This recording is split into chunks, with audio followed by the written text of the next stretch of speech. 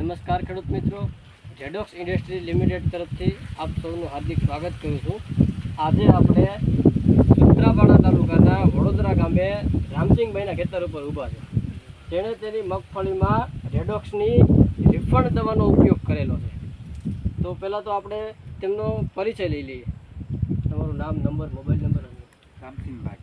તમારું નામ? રામસિંગભાઈ. ગામ? વડોદરા. ગામ વડોદરા જિલ્લા, તાલુકો સૂત્રાપાડા, જિલ્લો, ગીર સોમનાથ. Mobile number 9283454999. બરાબર. હવે તમે આ મગફળીમાં રિફંડના કેટલા સ્પ્રે કરેલા છે? બે સ્પ્રે કરેલા. બરાબર. તો આ રિફંડનો તમે સ્પ્રે નહોતો કર્યો એ પહેલાં તમને શું આમાં તફાવત, તમને શું ફેર લાગતો હતો? ઝાઝો ફેર લાગતો હતો. એટલે ગોગળનું પ્રમાણ કેવું વધારે હતું? બરાબર. ભૂજાની સંખ્યા કેવી હતી? ઓછી હતી. અને રિફંડનો સ્પ્રે કર્યા પછી કેવું થયું? સારું રિઝલ્ટ. રિઝલ્ટ સારું થયું. બરાબર છે. આ ગોગળ હતી અને ભરાઈ ગયા. બરાબર છે. તો તમે બીજા ખેડૂત મિત્રોને શું ભલામણ કરશો? આનું રિઝલ્ટ રિફંડ દવા વાપરવી જોઈએ. હા. બરાબર છે. તમને કેવું રિઝલ્ટ લાગ્યું? ઠીક.